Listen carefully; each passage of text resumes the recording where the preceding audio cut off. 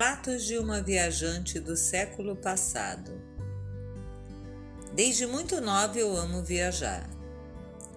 Não sei explicar. Havia uma sensação de liberdade que me fazia a alma sair do corpo.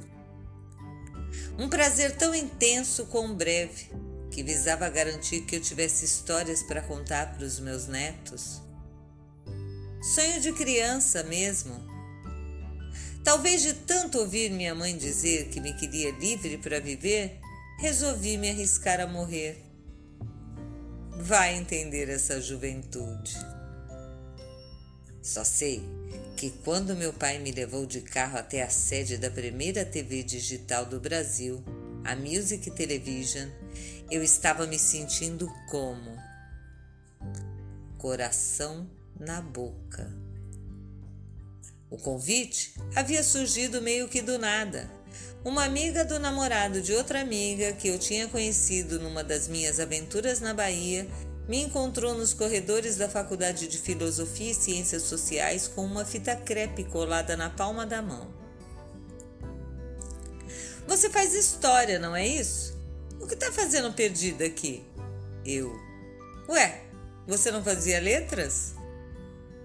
Caímos na gargalhada enquanto ela colava a fita na minha mão, me perguntando se eu queria fazer uma viagem de graça para conhecer a Trilha do Ouro. Meus olhos brilharam. Claro que topo, respondi na lata. Quando? Continuei. Amanhã de manhã. Pânico. Tá doida, Mona? Não dá tempo, argumentei.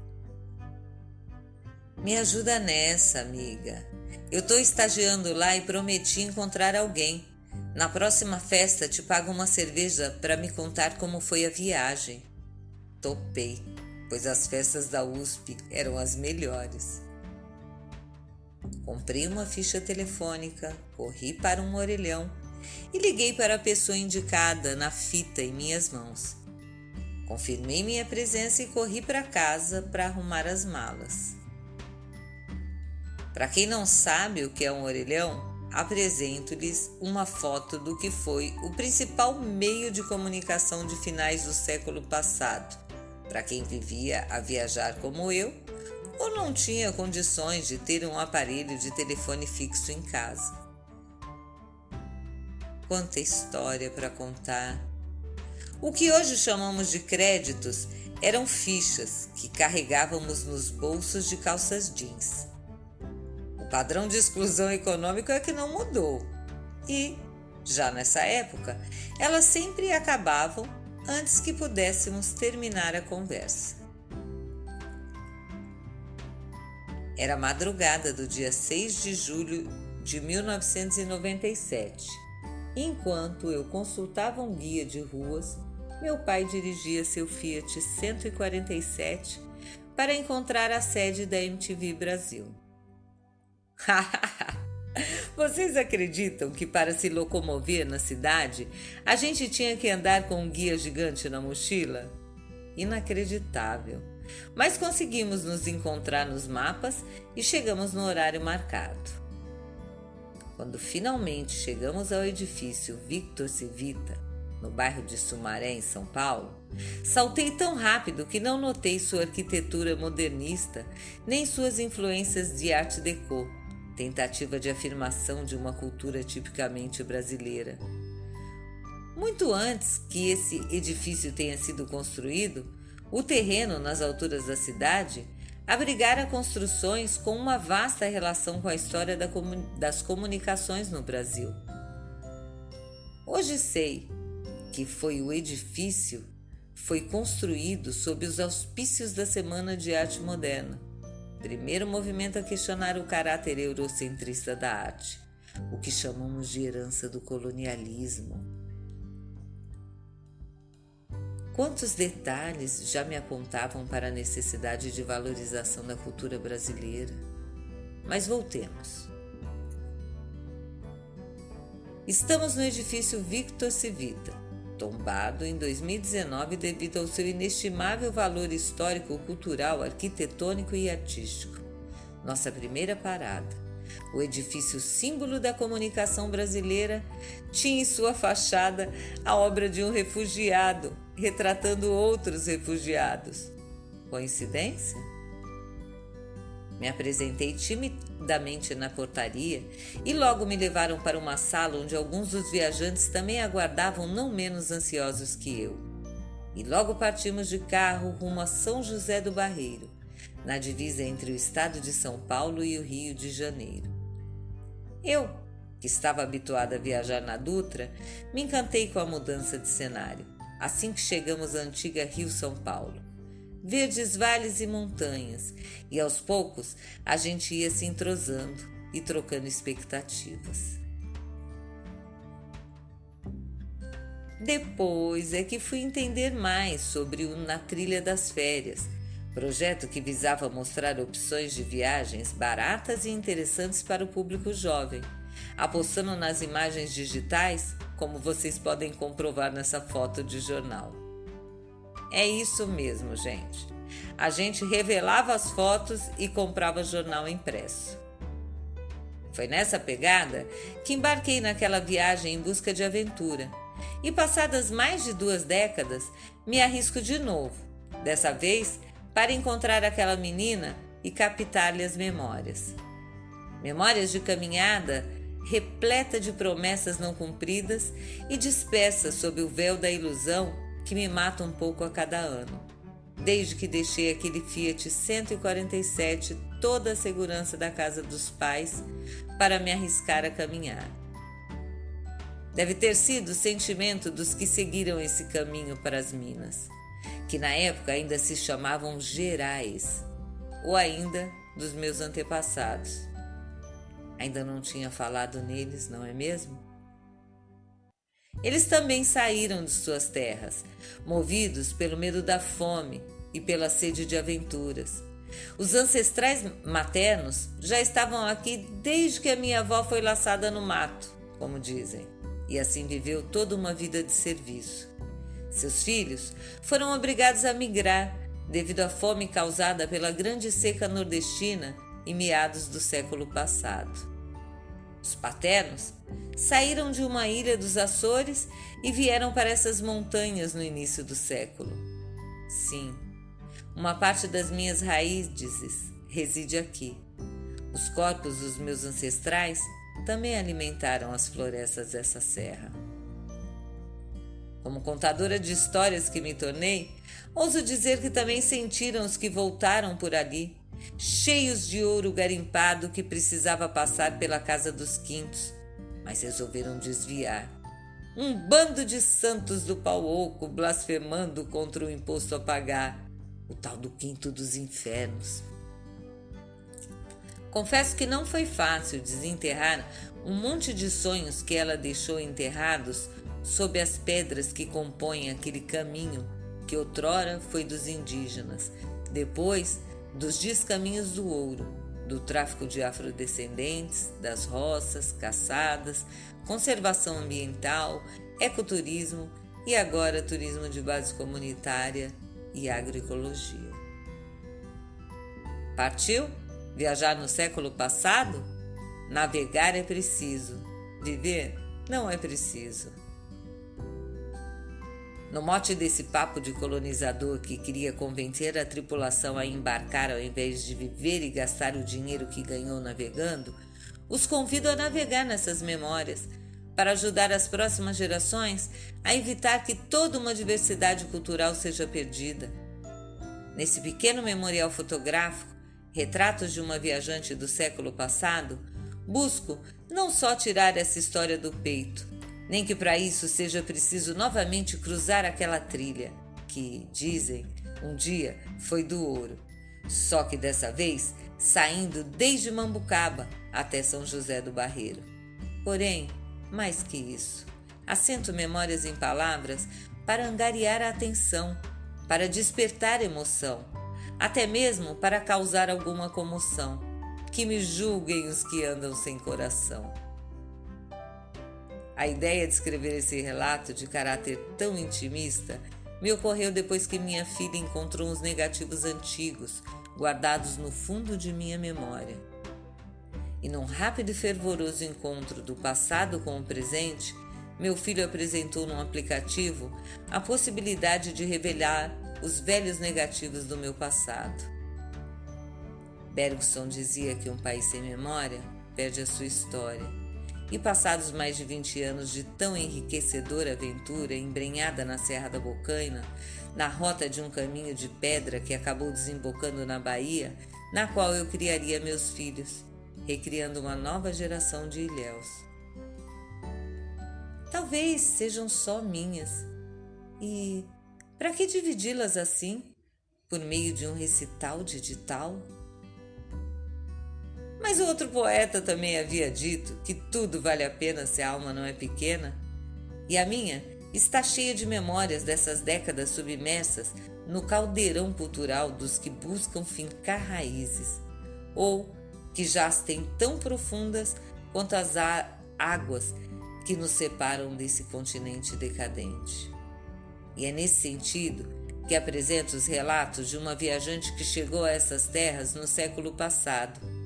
Quem sabe eu possa inspirar novas aventuras e descobertas para pensarmos sobre como usar o turismo para valorizar e preservar a cultura local.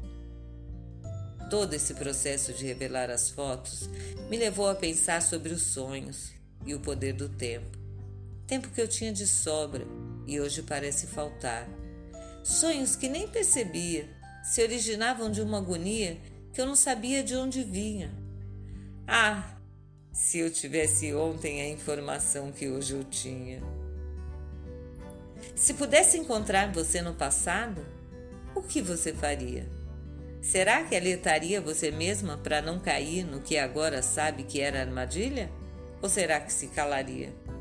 Eu decidi escrever uma carta para tentar contar como tudo aconteceu, porque certamente o fôlego me faltaria. Minha querida, você está saindo para essa viagem agora e não imagina o que está por vir. Sei que anseia por aventura e, que se pudesse, embarcaria até numa máquina do tempo para seguir pela história. O que talvez não tenha percebido é que tem o poder de construí-la. E sinto informar, mas até você aprender essa lição, a vida ficará dando voltas e mais voltas. Então, vai ter um dia que você finalmente vai perceber que o importante não é a chegada, mas cada pedaço do caminho que percorreu. Isso ninguém tira de você, nem a morte. Mas, antes que se apavore, saiba que estou por aqui nesse território. Demorou anos para eu conseguir chegar, mas daqui de onde estou, posso te dizer que deu para fincar raízes.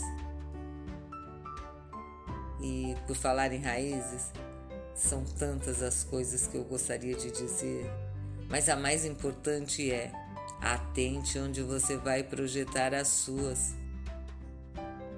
Se é que você vai conseguir parar um dia. Cantos de Maldorô. Me lembro que nessa época você participava de saraus literários com seus companheiros de universidade. Como gostava de Lauremont. Lembro, como se fosse ontem, você recitando seus cantos. Estou sujo, os piolhos me roem, os porcos, quando me olham, vomitam. Meus pés assentaram raízes no solo e compõem até meu ventre uma espécie de vegetação vivaz, cheia de ignóbeis parasitas que ainda não deriva da planta e que já não é mais carne. Contudo, meu coração bate.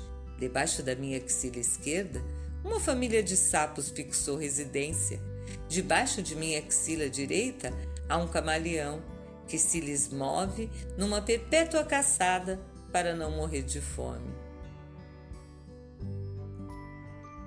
Seria pessimismo demais pensar que no futuro o paraíso que escolhi para criar meus filhos possa ter se resumido a essa tétrica imagem de um cérebro atormentado que, de tão conectado aos males de uma sociedade que parece ter passado, mas cuja única mudança é um pálido cenário? Sei que você não tem maturidade, nem tempo de janela para entender, apesar de inúmeras vezes excitar. Mas cuidado, saiba que a palavra dita tem o poder de encantar.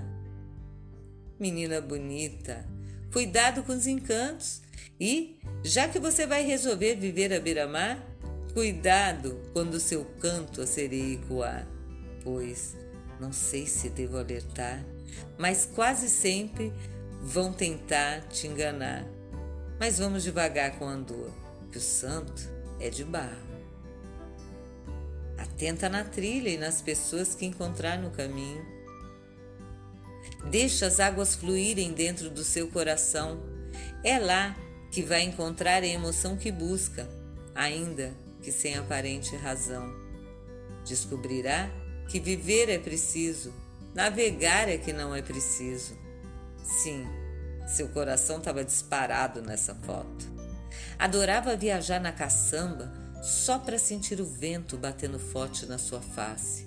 Jovem, suas preocupações eram tão frívolas, meu bem. Qual cor combina mais com meu cabelo? Será que eu vou para a Bahia ou vou para Minas? Queria tanto conhecer Machu Picchu. De vez em quando, algum lampejo do futuro fazia você parar para pensar que um acadêmico caminho tinha que pensar. Mas tudo ali te parecia tão velho e caquético, inclusive a pedância, característica de alguns dos exemplares da fauna local da Fefeleche, aquele pedacinho da USP que tinha o Morro dos Delírios. Era cada história que é melhor não contar. Mas esse é outro capítulo. Por ora, vamos nos ater a essa quase formanda historiadora. Era fim de milênio e você vivia ansiosa com a chegada da sua formatura.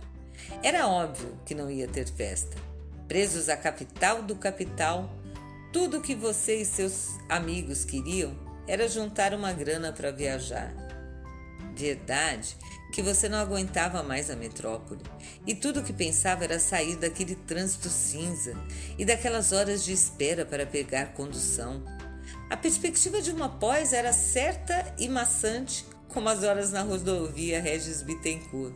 Parênteses aqui, para lembrar do Regis, patrono das rodovias que ligavam as metrópoles, criando um sem número de periferias que rasgavam o tecido social brasileiro.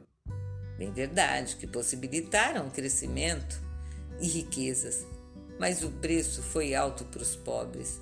Será que o Sr. Bittencourt pensou nisso? Você não sabe a liberdade de não precisar ter papas na língua para agradar seu empregador. E a sua eu do futuro fala o que pensa. Já pensou nisso? Então, quando você pensava nesse caminho da pós, onde não podia expressar seu verdadeiro eu e se sentia angustiada, devia ser eu te cutucando aqui do futuro, só para te dizer que é possível e muito agradável ser você mesma. Como se tudo isso que você tem anestesiado no peito pudesse sair daí. Sim, menina, cada um desses sonhos pode se transformar em realidade. Basta acreditar e lutar. Vá embarcar, não fique com medo, a aventura é certa.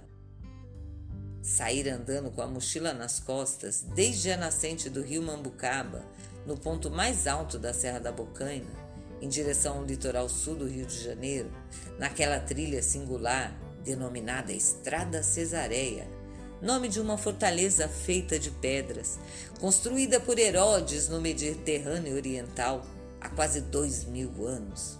A também conhecida como Trilha do Ouro, Trilha dos Mineiros, Estrada do Cativeiro, mexeu demais com a sua cabeça, não é mesmo? Ao voltar seus pés naquele caminho de quase 3 séculos, você andava e pensava nos pés que passaram por ali desde o 18. Podia ver os espíritos dos povos guaianás. Africanos recém-chegados, em meio à febre do ouro, desfilavam em grande número direto da África ou das decadentes plantações de cana do Nordeste brasileiro. Quase podia sentir o cheiro do seu suor.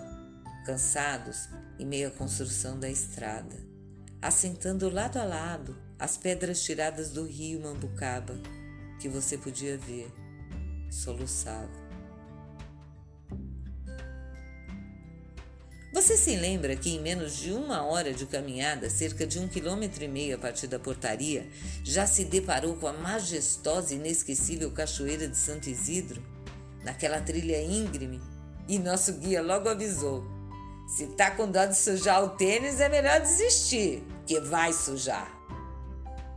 Logo apareceu alguém com a informação de que a queda d'água de mais de 50 metros de altura fica a 1.400 metros de altitude.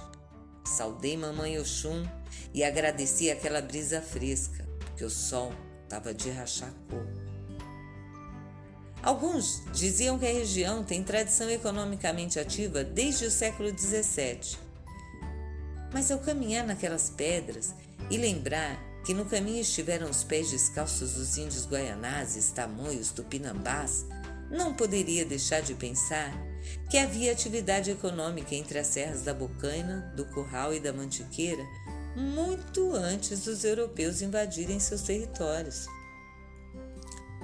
Como não sentiu o espírito de Cunhambebe ao imaginar que a Confederação dos Tamoios passou perto dali? Imaginar que seus corpos alimentaram aquela mata ao redor? Lembrou depois da descoberta do ouro. A trilha tornou-se bastante utilizada por ser o melhor caminho para as minas. No meio daquela floresta, as fichas iam caindo, ou como dizem agora, linkavam informações sobre o que aconteceu no passado daquela que até 1695 ficara conhecida como Estrada da Serra. Você não sabia ainda, mas depois descobriu vestígios da trilha nos textos de Antonil. Existia uma outra vereda, partindo da foz do rio Mambucaba, e que tinha parte do seu leito empedrado. Construída pelos mineiros, passou a ser conhecida como Caminho dos Mineiros, isto é, daqueles que viviam nas minas ou a miúde para lá iam. Enquanto você andava, quase podia sentir o cheiro do café vale-paraibano plantado ao longo dos caminhos das tropas que se dirigiam às minas e ao Planalto de São Paulo. E se perguntava qual não teria sido o sofrimento vertido em lágrimas nessas terras. Parou tanto tempo diante daquela casa que o cão se levantou para cheirar sua mão. Diante daquelas construções típicas que mais pareciam ilustrações daqueles viajantes que descobriram a América, você visualizava o surgimento de vilas pelo caminho e as vilas se transformando em cidades da região, que você sabia havia trabalhado no plantio de cana-de-açúcar e de gêneros alimentícios para alimentar a coroa portuguesa que ocupou o Rio de Janeiro em 1808. Te falaram que a contínua passagem de tropeiros contribuiu para o desenvolvimento de uma agricultura que abastecia as tropas em suas longas viagens. Mas foram suas mãos a tocar as sementes passadas de geração em geração e que se encontravam dormentes que trouxe aquele aperto ao seu coração. Numa das paradas, para abastecer e hidratar, você viu aqueles olhos por trás de uma treliça. Curiosa que sempre foi, sorriu e se aproximou. Eu bem sei que você já tinha água na mochila, mas pediu um copo d'água. Talvez até por isso você esteja prestes a mudar o rumo de sua vida. Queria tanto te dizer para não fazer isso. Te pouparia de tantas decepções. Mas nesse caso, eu também limitaria suas realizações. Não seria justo, eu sei. E as histórias? Como ia contá-las como faço agora? Quando a viu de corpo inteiro, suas pernas gelaram, porque era o jeito típico da sua avó, que havia nascido por aquelas bandas. Já seriam suas raízes tentando se fixar? Você já estava quase encantada com aquela senhora de aparência desalinhada quando ela voltou com um copo em suas mãos firmes. Olhou nos seus olhos e disse que não se nega água e comida a um viajante. E te perguntou então por que não poderia mais empreender sua plantação. Foi ali que você percebeu que era uma espécie invasora. Mas você tinha o ímpeto da juventude e não ia deixar barato. Seus antepassados também viveram naquele caminho de montanha. Com muito tato, perguntou qual a razão daquela ladainha. Por que você fez isso? Lembra do quando ela lhe pegou pela mão e lhe deu um puxão? Ela estava te levando para dentro daquela casa com toda a sua rústica decoração.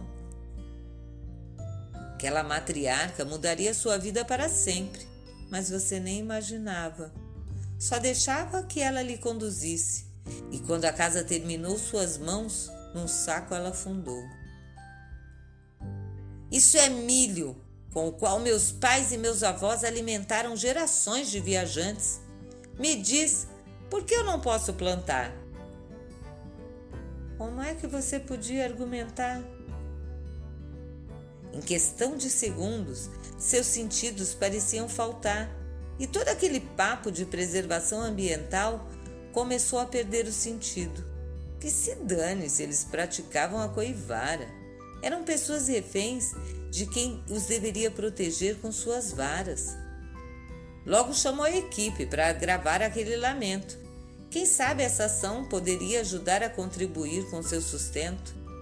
A partir daquela casa, a experiência não era mais aventura, pois mais lhe parecia uma tortura.